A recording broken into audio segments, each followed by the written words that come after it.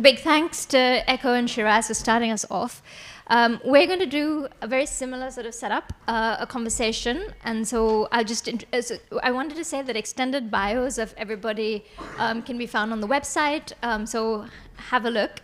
Alberta Whittle is a multidisciplinary artist, and we will talk at length about her practice, so you'll kind of get to find out all the many facets of it. We're going to do things a little bit differently and play a film before we start talking to each other. Yeah, a short extract of a film, and then we can.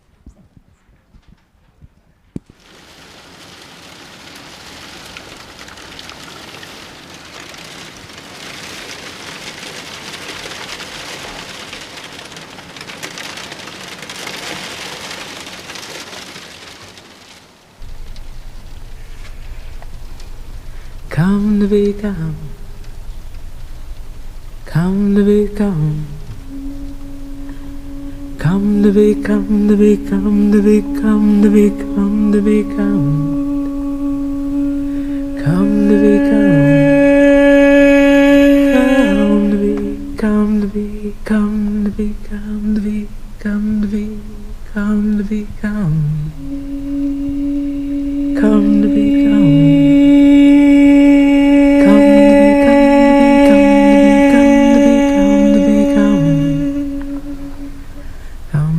Come to be, come to be, come to be, come to be, come to be, come to be, come to be,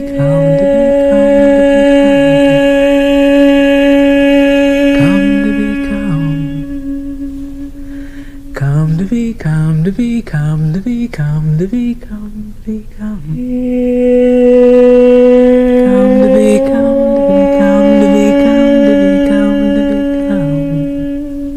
come to be, come to be, come to be, come to be, come to be, come.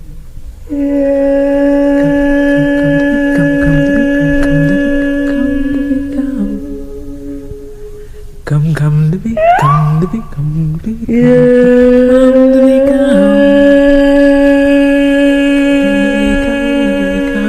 come to be, come to be, come to be, come to be, come to be,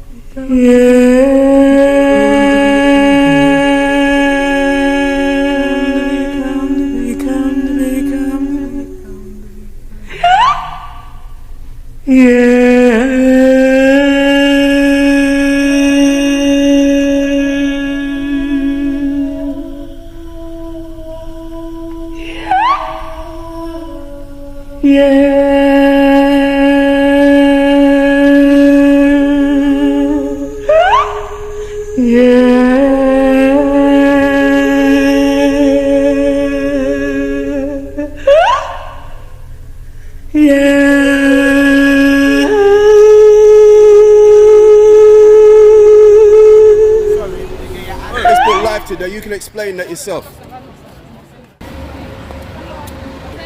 You don't need to tell him nothing like that. Yeah. I go to Okay, listen. Am I being? Have you got a reason to be out? Are you stopping me from leaving? Are you stopping me from leaving? Are you? So you're stopping me from? So you're detaining me. I'm stopping you to ask you a reason. No, I don't want to. Why did you try to grab my phone when the camera was on? Listen, you don't need to. Your phone. Is it my phone? Yes, it's my phone. That's fine. So why do you try and grab my phone? Listen, you film all you want. Mine is fidgeting loud. Okay, so are you lot social distancing? Unfortunately, we're working, aren't we? So are you lot social distancing? Listen, we're all in a van together. What am I doing? I've seen like 12 of you in a van. So why? What's the reason for the search? Okay, it's a section 16. What's the reason? For anticipated violence, okay? Anticipated violence. On the borough of Brent. Why do you think I'm going to be violent?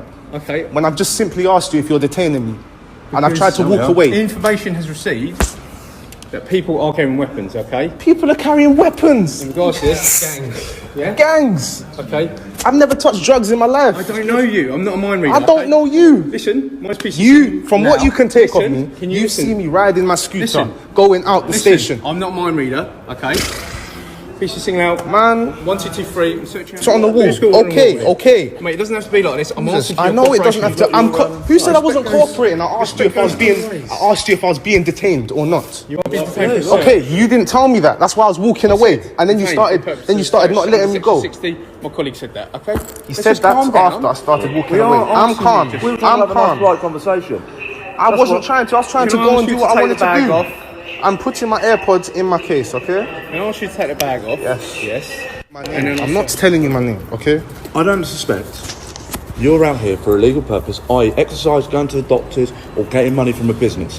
Under that, Can you just search me? Now listen to me. Can you just search me? You've said your bit, let me say mine. I don't want to hear what you have to say. Tough, I'm going to say it anyway. Okay, well, I'm therefore, listening. if I want to give you a fine, I have to get your details. You're giving me a fine? Listen, if I want to. Why would you want to give me a Because fine?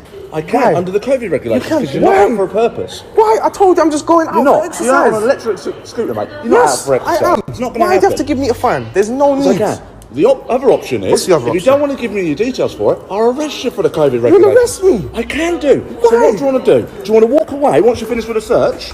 Or do you want to give me the details? You're not being the most wanted man in London, and we have a polite chat and engage about it and I advise you how don't want to a do fine. it. I don't want a fine. Give details, we can deal with you in any way.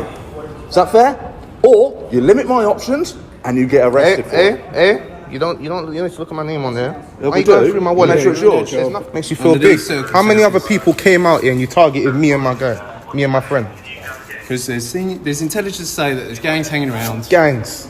with weapons, which is why we get to Section 60. With weapons. You think I've got time for I weapons? don't know you, do I? I've got time for Am I weapons.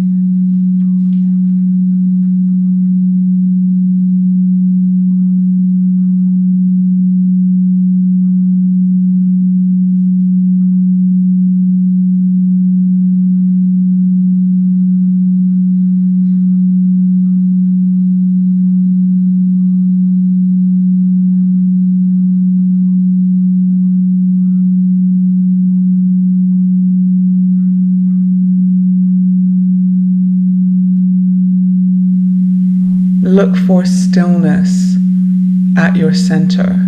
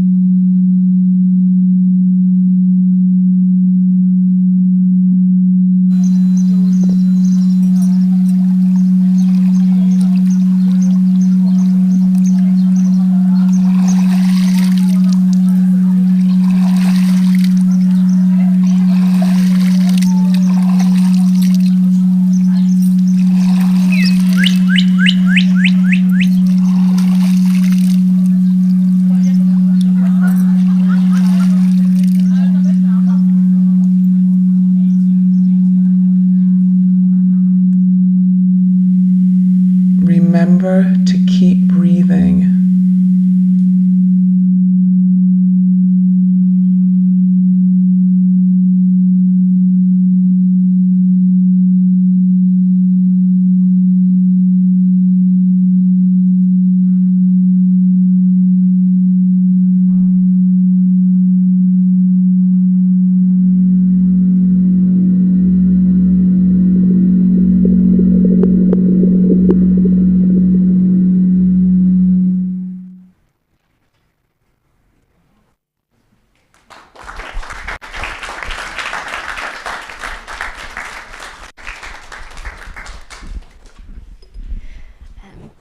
Is on, yeah.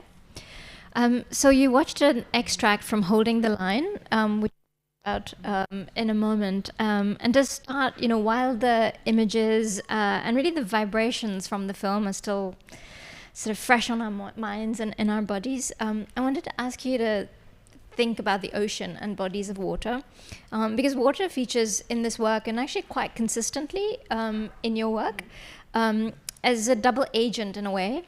Because it's where one finds their breath, their stillness, it washes and heals, and yet it's a site of leaky violence, as we all know. You can think of the ocean as a site and a gateway to the very interconnected emergence of enslavement, indigenous dispossession, racial capitalism, and environmental destruction. And still, bodies of water are largely life-giving, and they're spaces of the spirit and the spiritual. And waves also make and they sort of shape the earth in the way as it evolves. So Holding the Line, which you've just seen a part of, captures this doubleness kind of perfectly. As we see you in the water, we also see Colston's statue, and you can see that insistent jet that is trying to wash away the writing that says Black Lives Matter from the pedestal of Colston's statue. So there's a lot of things happening. And so will you talk to us about water? Thank you so much, Shreya, and thank you so much to Echo and to Shiraz for your wonderful conversation.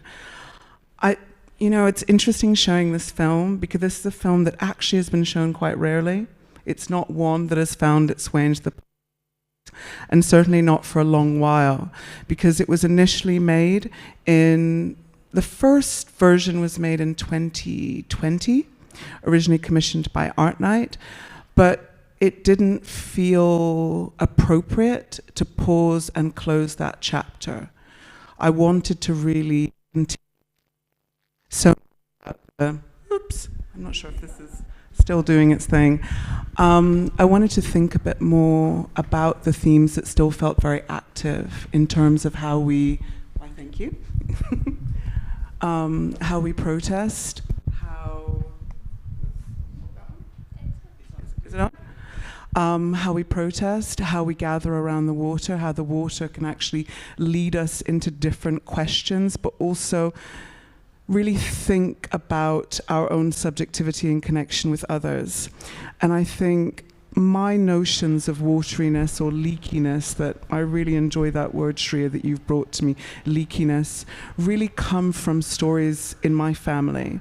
When I was listening to Echo and Shiraz speak, and you spoke so much about the archive, I found myself thinking about my own relationship to the archive, but actually how, in some ways, I think, building on Stia Hartman's work and her questions of the archive, I've really gravitated much more to thinking more deeply with family members and friends and chosen family about their knowledges and how their own subjectivities have been formed against and with each other.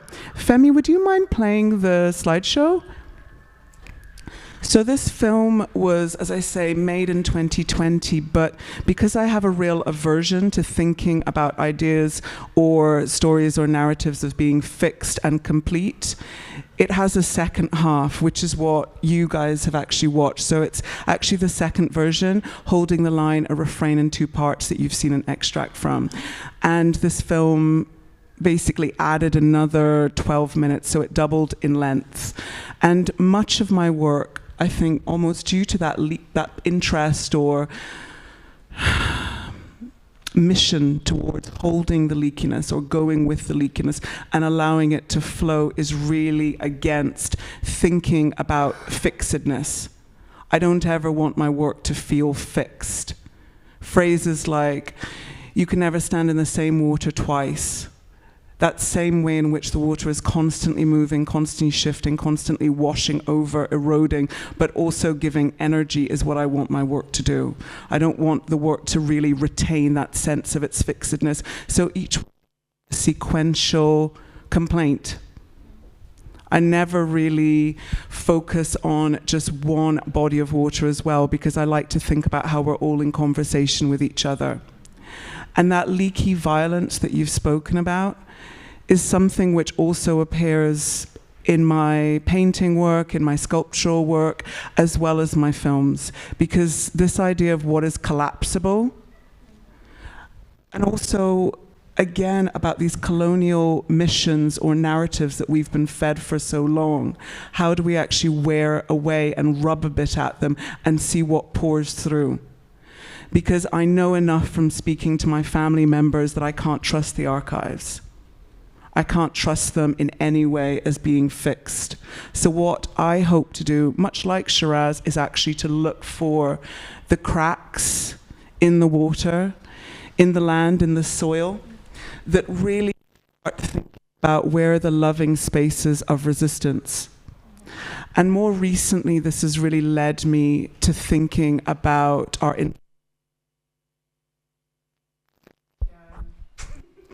something about me. This began.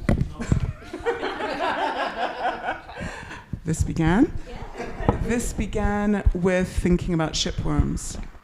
And I had started this project a few years ago in a collective conversation around eroticism and the archive and water, to really think about the pleasure of these species and how they work and live in the water, but also how they create their own ways of resistance. And when I looked at shipworms, which can be absolutely minuscule to many feet long, they are, for me, the shadows of the archive, shadows of the water that would be able to maroon Columbus in Jamaica because of eating away at the ships and ruining his ambitions or briefly attending to them so that for one moment he was marooned, but also how they teach us so much about what the sound would be of the archive and also of those passages through water.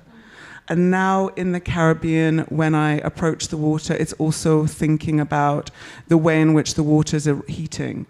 And now the space of the bodies of water that I used to swim in are now flooded with sargassum. Stinky, painful, prickly sargassum. So those spaces of release, those spaces of spirituality are also under threat. And I'm curious about, I guess, in terms of your research, where you've been thinking about how the soil is exhausted, how we also start thinking about more ancient methods of care. Yeah, I don't mind switch mics. Thank you. I just kind of going back to water, but also shipworms, soil worms, and soil exhaustion. I was thinking when Shiraz was talking about ecosystems and the scales of extinction. So before the kind of big extinction, what are the ecologies that are being erased, and kind of thinking both with the ocean, but also with the soil as an extension of our bodies. And I know we can talk about soil memory and soil trauma and all of that, but just in this, the way that you're thinking about stillness and breath, soil is breathing just as we're breathing, and it has, sort of, I've been working and thinking about soil in relation to colonial histories and neoliberal histories and kind of nationalist histories as well. But what is really important is the kind of the air that is in the soil that allows all of these critters to live in the soil, kind of create that space. But then also, as we're thinking about extinctions, we're thinking about exhaustion. It's not just, the soil is being exhausted and that kind of creates an agrarian crisis and all of that, but what is also going because of pesticide use and fertilizers and all of that, what is also going are the worms, are the critters, and that changes the kind of microbiota of the soil, and then depending on what we eat, that kind of changes what is inside us as well. So the kind of thinking of the soil as a living ecosystem, and thinking of ourselves as a living ecosystem, thinking of the ocean as living ecosystems, and kind of how that bleeds, that's the leakiness, because the violence is kind of across the board, right? It's and it's kind of in the past, but also it changes form, and we're especially as you're talking about environmental kind of violence and heating oceans and exhausted soil, how do we think about, and I think your work is a really kind of good reminder of the many valences that are constantly at play, because you can't think of one without the other. No. And I think that does come across even in the kind of the tempo and the vibration of the film. So I think as we're looking at the screen, you can see various bits of other work that'll come into our conversation. I think, just building on what you were saying, in terms of thinking about how these ecologies are really struggling under capitalism, and how this has been basically our human mission almost to destroy ourselves and to destroy the earth. I'm really curious about how, as artists and researchers, we're coming together for these diasporic conversations, because, living in these different silos as we tend to, there's such a desire as well as a need to really start thinking about what are the new questions. And I think, being in this space of research, each time I hear an artist speak or I hear a researcher speak, I take away new questions for myself and for my work.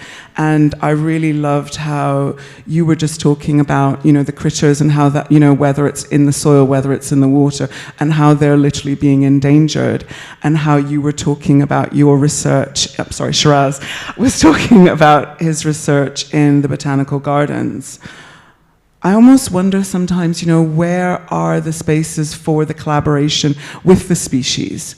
And what does it mean to make that kind of work? And I have a project which is really ongoing. So initially when I started looking at these shipworms and the work of resistance they were doing for me, from these ages of early empire, I've been working with a scientist in Plymouth, Dr. Ruben Shipway, and I've given him an image taken from Theodore de Brye's atlas. And the critters are now nibbling away, eating away at this wood, which eventually is going to make a print, a sculpture. I don't know, maybe there'll be nothing left, and maybe that actually is the artwork. But I think, the reason why I bring this up is because where is the scope to really listen to the species? How are we listening to them? What are they telling us? How do we make spaces for this research? And I loved how Shiraz was speaking about, the image of the women that were part of the Queen's entourage, and you were really imagining them as being very almost agents of change, agents of rebellion. And for me, these creatures are that. And I really try and listen to my own familial archives as much as I do the research of people I admire, you know, Dion Brand, Kamal Brathwaite, and think, okay, this is almost part of a genealogy of knowledge that we're all looking at. You know, I learn as much from Grace's work as from Shiraz's work. You know, we're all in deep conversation even when we're not together. But again, how do we bring these creatures and their own agency into the story? And when we were talking before, I was telling you about how instinctively, and I think sometimes artists and probably artist researchers move by instinct. We move because of that instinct of the body to tell us, okay, I'm standing somewhere where I feel that history. I feel that history in the water. I have to, in some ways, participate in that. And for a brief moment, be a holder of that history.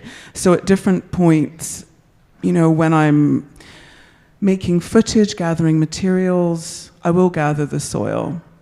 I will gather the seawater, and that will find its way into the work. So many of the paintings which you've seen on the slideshow, they have salt water that I've captured in Barbados, you know, whether it's on the Atlantic Ocean or the Caribbean Sea, or from when I was in West Africa, and I wanted to also have that water speak to me, speak to my the folks who are collaborating with me in the work, and that idea of being in conversation with also feels really vital. And there'll be a point, I think, in the room downstairs to see a different film of mine, which Hamad was actually involved in commissioning, What is a Better Life, exercised in the middle. And if you do decide to watch the film, what you'll notice is at the end, there's a bit for the thanks. And the reason why the thanks have become really important is because the thanks are another way of archiving. Because the thanks then speak of all the people whose knowledge has actually become part of that project. So it is all folded in. It's a bit of a soup of knowledge. I don't think this is just my story as much as the work directly speaks of my experience. It's also very much conversation driven, whether that's a conversation I had with someone at the train station or a conversation with my dearest best friend. You know, they all come into this soup. And for me, that's really what I guess this kind of artistic research is really driven by. Yeah, and actually just going back to What is a Better Life, which actually we'll screen, you know, there's dinner and refreshments after this, and we'll screen the film here on loop, so you can come and watch it with food as and when. But on that note, there's there are a lot of similarities between Holding the Line and What is a Better Life. And one of the things is this connecting of the spaces of protest and the spaces of healing, almost as two sides of the same coin. And so, yeah, I'd just be curious to hear you talk about that and kind of what is research in relation to those films, but also how they connect contemporary or colonial violence with contemporary violence, but also resistance and like the many parts to resistance, in the same way that you're saying that it's not just us, like who are we working with? You know, I think as Shreya just said, What is a Better Life, exercised in the middle, Holding the Line, a refrain in two parts, they speak very directly to each other, because the questions pertaining to resistance and violence, but also where the spaces of rest in between, the in-between spaces are what I'm really curious about. Because to sustain any movement, you do need to nurture the in-between. And when I think about editing my films, and I don't know if many of you are people who work with film or digital media, I really think a lot about jazz and dub and how that creates a rhythm, but a rhythm which is quite, it plays with the unexpected. It plays for the body to be led somewhere else, somewhere possibly outside of a really rational sensibility. It plays with bringing us to a spiritual liveness. And in some ways that's very much echoed with the footage I use. There's one moment in the film that I think bodily I return to time and time again, and it's a moment in the film where there are two arms upraised, and then you see the lights of a police car. And that was filmed in Cachoeira in Brazil, and I was there when they were doing a festival for the Sisterhood of the Good Death. And I was really struck because, I mean, I'm a Bayesian and carnival is very important to me, but you would never have the police so closely behind a procession. I mean, for me, that was just mind-blowing, that the festivities, that the celebration, that the resistance, the bodily resistance continued in the shadow of these glaring police lights that just inched along behind it. And there's something in the way in which, even in those arms being raised up, which obviously has its relationship to the architectures of arrest that we're all very familiar with, it also is an exhalation. It is also in some ways, I think, a ghost or a spectre.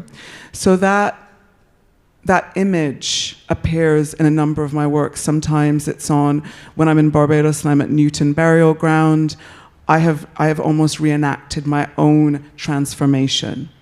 But I've also really witnessed it when I've been chipping down the road at Kadooman in Barbados. But I've also witnessed it during attempted arrests. So that relationship between the carceral body, the body in a state of release, the in-between, it really is that in-between space, and Shiraz called it the cracks, that I'm really interested in, because that insistent refrain which pops up during the film, you know, I must keep breathing, or encouraging the audience to breathe. Thank you so much, Femi. This is insistence. This is an insistence I want the audience to feel. You know, for me, my films, my paintings, sculptures, whatever, they are an invitation to the audience to potentially hold them in a space where they can think with me and also with my accomplices, because everyone who's been behind the scenes, talking to me, working with me, they are my accomplices. And it's from that viewpoint that almost my gaze of the camera or the screen is also their gaze, looking out at the audience, asking them about their relationship to what's happening. Quick practical question that I've been thinking about, especially when I see that footage. How much of, and you don't have to quantify it, but I'm just curious about found footage, archival footage, things that you're filming as well, and how you sort of navigate between these modes. I'm someone who's always filming. I really don't have any, for me there's no sexiness about an 8K camera, there just isn't. I'm happy looking at footage that someone sent me on an old mobile phone, you know, old videos, archival videos that I come across. For me, there's no hierarchy in that, the image, or in that, or in, you know, just the eye needs to feel something that is a bit scratchy at times, and I don't really enjoy the gloss of only something that is beautiful footage. For me, there needs to be the break, the literal break. And I think that is because it brings an attentiveness. I'm kind of sometimes think when I edit, that there's spaces where the rhythm, it allows you to relax, and then I want you to have a good slap. But it's a love slap, it's a love tap. You know, there's no real violence in it, but it is a bit of a shake, just to remind you that you've got to stay alert and attentive, because we're living in an apocalypse. You know, it's impossible not to deny that. We can't deny that. So we're here living in an apocalypse. We need to stay awake. We need to stay ready. We need to think about how we're gathering. And I think all of the artists here today, Grace, Shiraz, Shreya, Echo, Sophia, you know, we're all really trying to think about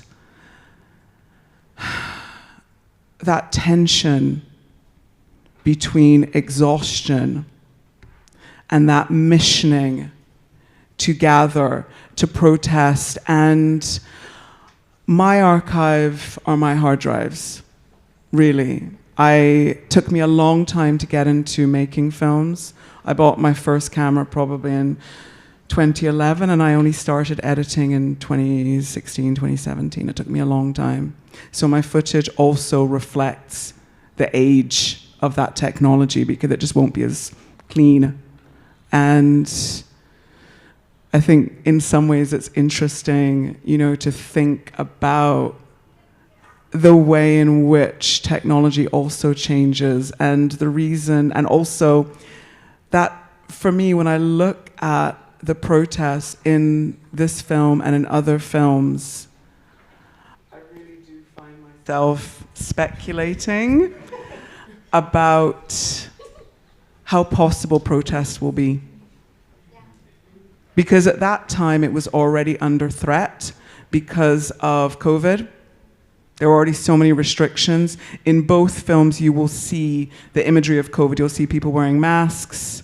You'll see this conversation, which was, new legislation to stop people from being on the streets, which really reflects, again, where we are right now, where this right to protest is entirely under threat. And so, again, maybe we need to return to those shipworms and subversively find our way to eat away at these structures of power. Yeah, and I was also thinking about repair and how protest is a form of repair as much as kind of finding stillness is. You kind of need both of those. And I don't know if Femi can work his magic and maybe play us a little bit as we speak, but one of my favorite moments in What is a Better Life is this bit where, you have the smiling heads of women morph, and we hear ignore the pressure to smile and forget. And a kind of grating groaning that happens. Yep. And I think that's really familiar, something that I feel like I've heard in my head when I've been told to smile, And I want to think with you about that kind of delicate balance of healing, finding stillness, but also like not forgetting and still fighting. So like it's a thing to phrase it differently. How can we conceive of joy without sort of letting go of resistance? I think that idea of joy and resistance, they've always been there. I mean, we have ancestors of resistors, of revolutionaries, of people who loved deeply. To imagine love in the time of enslavement, in the time of empire, in our times right now, we have to hold on to that. We have to hold on to that. And I think, for me, making is always this deeply hopeful act. I speak a lot about that. And as I'm editing or as I'm making, I'm also learning new things. I never go into making a piece of work, whether it's a film or a poem, really feeling like I have the answers. I mean, it is a very intuitive process of editing. So as you were talking about that moment in What is a Better Life, I remember when I put that together, I had to call a friend who does sound recording in his studio, my friend Danny Pagriano, and say, can I come round and can you record me? And he did. But sometimes the sound recordings are literally done then and there because I'm editing and I just go to the bathroom. And I don't necessarily feel like I need to clean them up. Sometimes I think, should I be embarrassed because the quality of the sound is terrible? And it sounds like I'm in a bathroom, but actually no.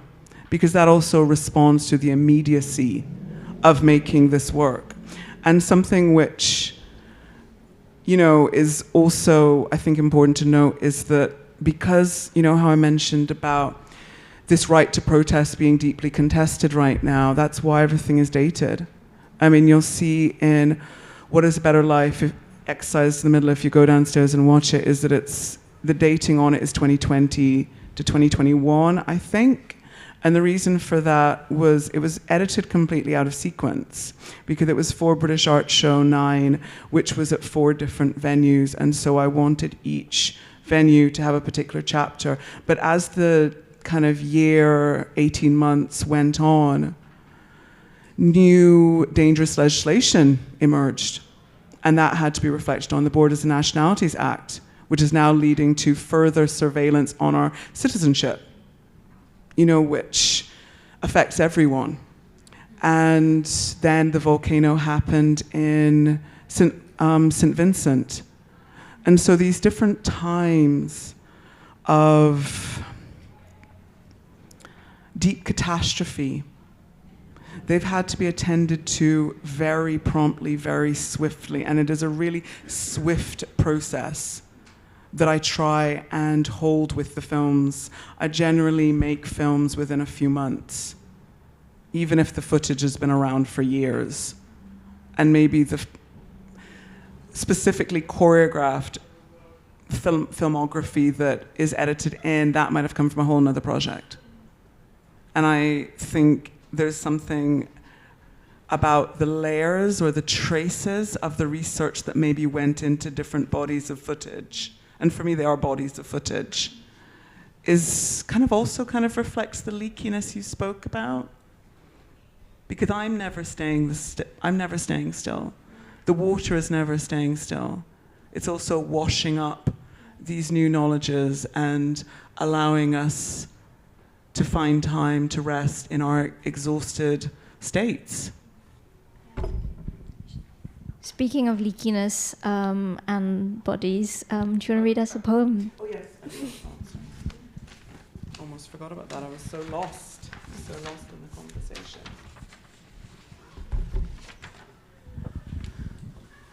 Shreya kindly agreed that I could read this poem. It's a poem which I wrote at a really important part of my practice when I think I first started becoming more and more consumed with text and writing, and the scope for poetry to really bring a new sensibility and layer to my practice, in particular how I speak of water and mourning and love. So it's a short poem. To imagine my own death, I fall deep below the waves, into blue, deep blue sea. I already taste the salt in my eyes, ears, and mouth. Drowning, I try not to panic. This time and the next time, my defenses cave in.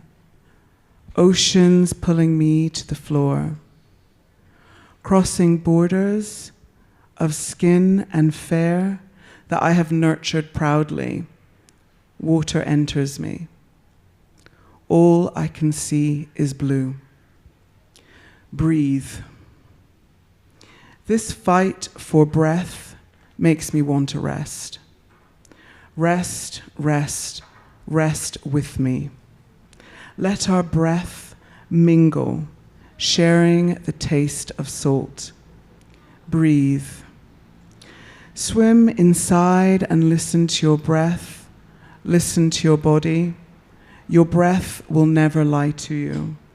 Your breath and your mind may play you for a fool, but will never tell your heart, your gut, what is life. In one lifetime, we can be reborn countless times, but the labor is sometimes harder than we can imagine. Conceiving of my birth, rebirth, dual, triple, endless loopings, I feel myself grow wet, and without thinking, I swallow life. No need for tears yet in this birth, rebirth. How many times have I done this? How many times have we done this? Together, apart, together.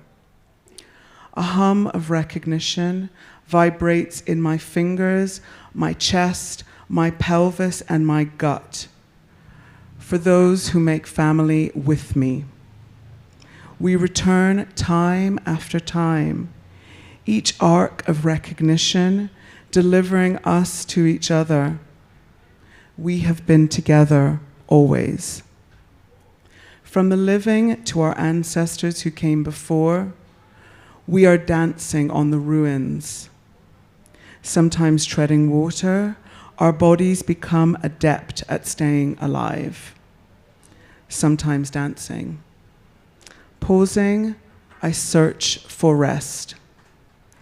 From the forest to the concrete, to the forest, my body remembers that the waters of earth came from between my thighs and became blue plus blue. Always looking in that blue, I find us one by one.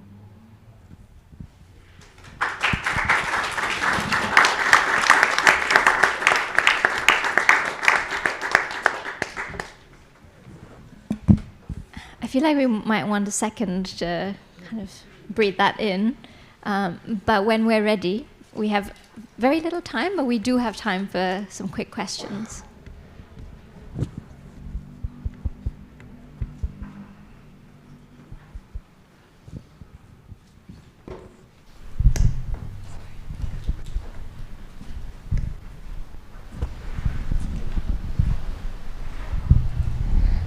Hey, thank you so much. I mean, I think everybody just wants to say that first, right? I mean, thank you so much. That was just so beautiful and really powerful. And thank you for reactivating the memory in our body of 2020 and what we did, because it seems archival.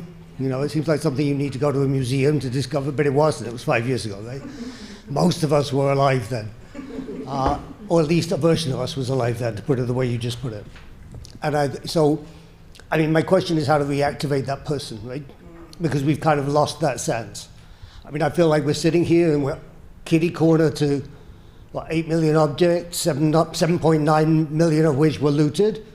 And that's not a question anymore, but it was 5 years ago, right? And I walk over here through central London, past, I don't know how many statues of white genocide, right? And yet those are not being pulled down now. And thank you for that film, because that showed us what it's like to pull down a statue and how easy it is. That's one of the things that people learned. They fall surprisingly fast, right? So I wondered to ask you just a very simple question. It's what does it mean to you to be wayward now? In this moment, I mean, I see so many echoes in what you shared and the things that are happening now. I'm in New York, right? We have denaturalization. First target is Mamdani, which is not a coincidence, right? I mean, in exactly the way that you said on the film. But I also was thinking so much about your evocation of water and, the phrase, from the rivers to the sea. And I was writing to my university administration over this last year saying, I'm not allowed to mention rivers. Can I mention brooks? Can I mention waterfalls? Can we talk about lakes? When does a lake become a sea? So we've had this kind of absurd kind of abstraction out of the language that certain bodies of water may not be mentioned. But then what I'm reminded, what your film has reactivated me is, well, that's not a coincidence, is it? I mean, that's actually been going on since 1440. So, yeah, I mean, how do we become wayward again? I really love that question. I think it's so hard to even remember what freedom is. I think we had this full sense of what freedom is. And just a little background for why that scene went into the film. So that scene is of my nephew, who is just my heart. And it actually made me tear up a bit to watch it. But the reason why I put it in was because a great love of mine, who has many children, said, are my children even free? They think they're free. I think they're free, but are they even free? And can we even conceptualize of freedom?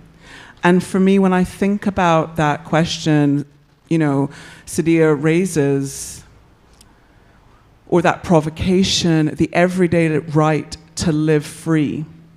And I think we need to continue being wayward in that sense of gathering, getting out of our silos, sharing knowledge across brooks, waters, rivers, all of that. I think it is really important that conversations are opened across borders. The water does not recognize a border.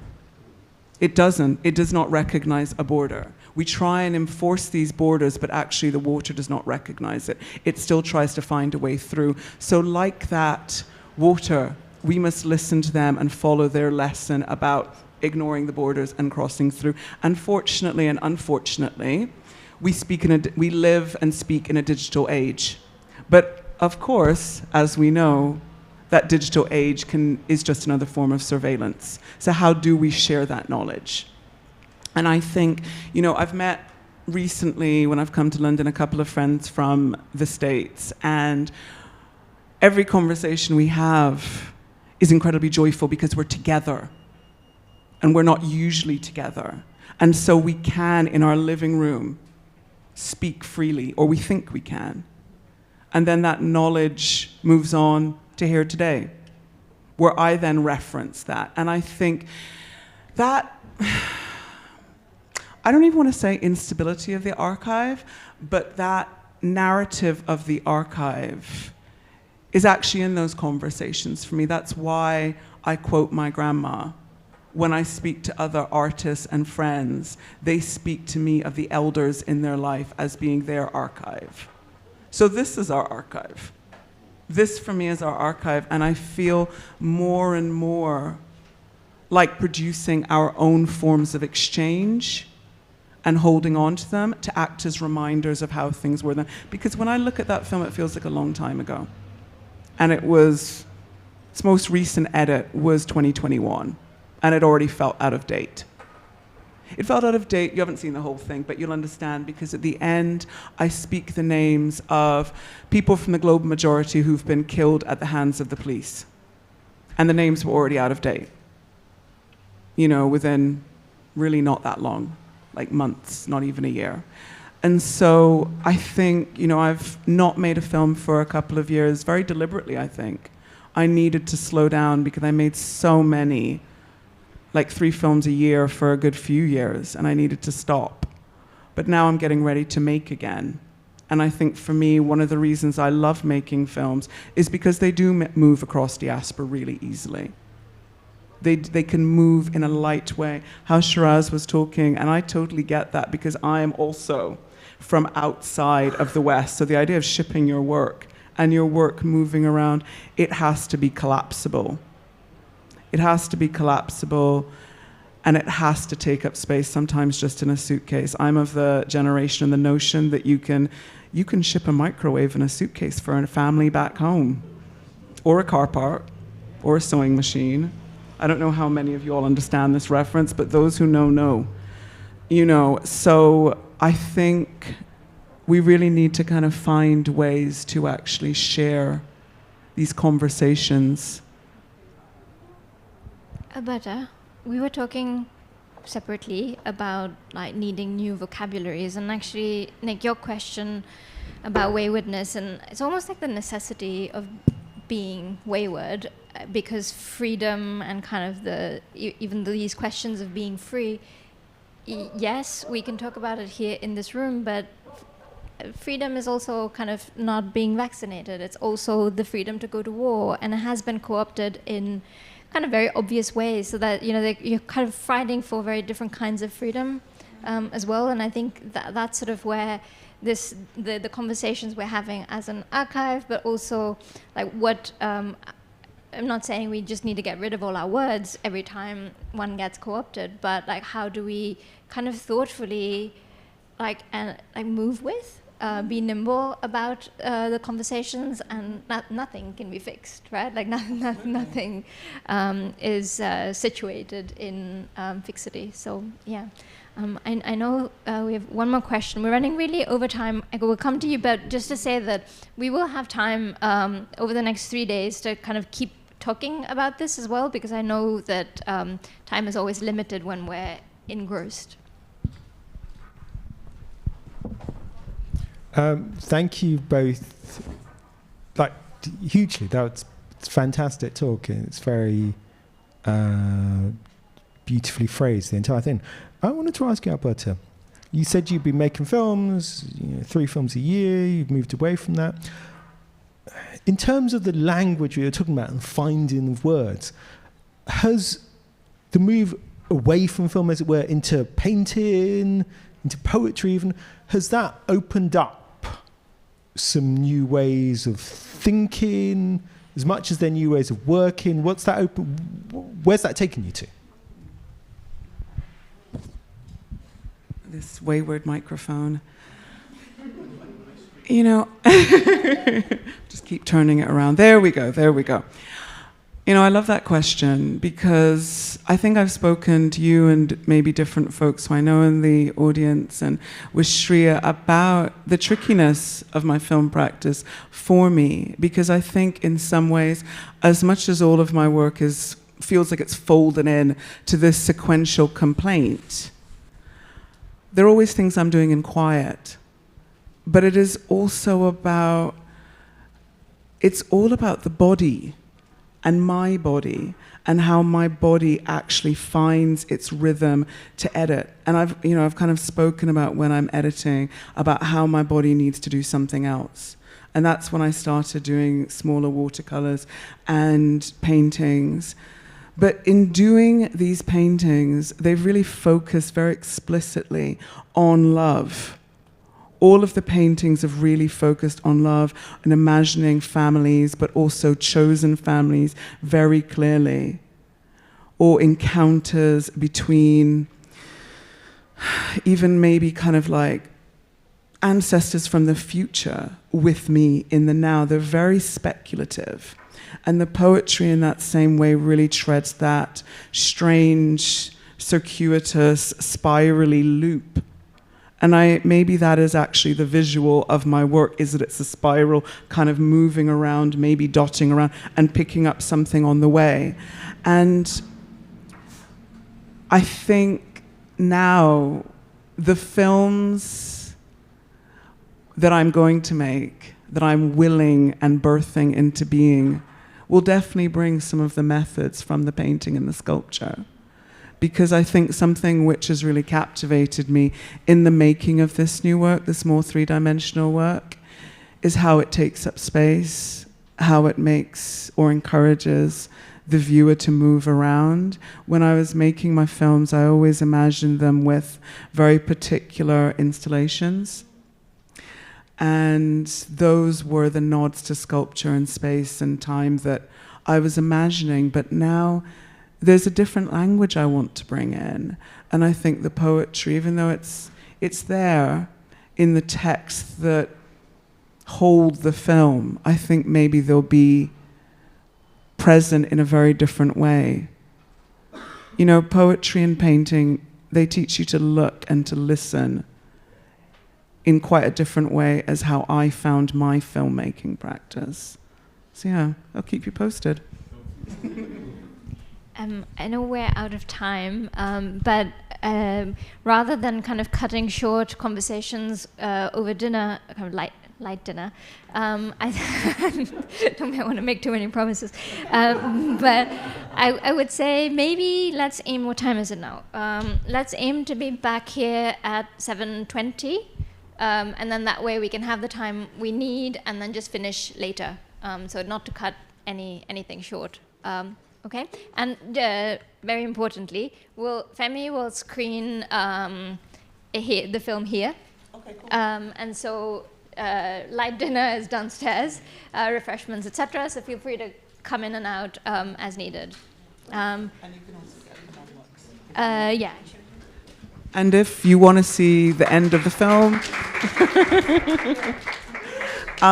it's available through Lux. So you can always get any of the films through Lux. All right, thank you.